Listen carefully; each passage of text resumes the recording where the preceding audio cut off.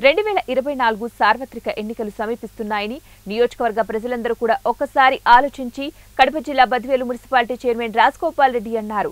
ప్రజల వద్దకే పాలన తీసుకొచ్చిన ఘనత జగన్మోహన్ రెడ్డికే దక్కుతుందని, బద్వేలు మున్సిపాలిటీలో గత 30 సంవత్సరాల్లో జరగని అభివృద్ధి ఒక వైఎస్ఆర్ కాంగ్రెస్ పార్టీ వచ్చిన తర్వాత 50 కోట్ల రూపాయలతో బద్వేలు సిసి రోడ్లు వేయించడం జరిగిందని, బద్వేలు చుట్టుపక్క ప్రాంతాలలో ఉన్నటువంటి టెంపుల్స్ డెవలప్మెంట్ జరిగాయని, సోమశీల వాటర్ ని ప్రజలకు అందించడం జరిగిందని, బద్వేలుకి ఒక సెంచరీ ఫ్లైవుడ్ వచ్చాయన్నారు.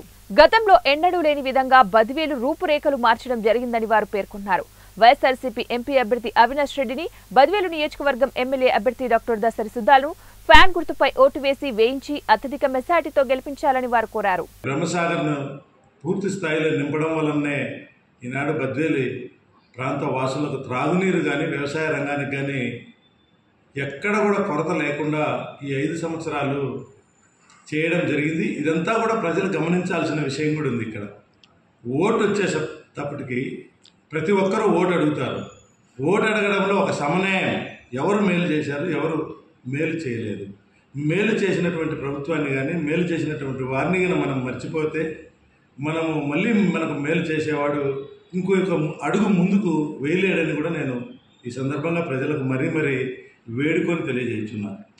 పోతే బ్రహ్మసాగర్ నుంచి బద్వేలు చెరువు నీళ్లు నింపడానికి కూడా ఈనాడు దాదాపు 80 కోట్ల రూపాయలతో 200 క్యూసెక్కుల కెపాసిటీ ఉన్నటువంటి కాలువను 600 క్యూసెక్కుల కెపాసిటీతో వైండనింగ్ చేసి ఆ కాలువనంతా కూడా లైనింగ్ చేసి ఎప్పుడైనా బద్వేలు చెరువు నింపడానికి ఎల్ఎస్పిలో ఉండేటువంటి వాటర్ వర్షాలు వచ్చి కిందికి వెళ్ళిపోకుండా సముద్రపు పాలు కాకుండా దానంతటిని కూడా ఒకేసారి 200 బట్టు 600 క్యూసెక్కుల కెపాసిటీ పెంచినప్పుడు ఏమవుతుందంటే ఒక నెలలో నిండాల్సిన చెరువు 10 రోజుల్లో నిండుతుంది.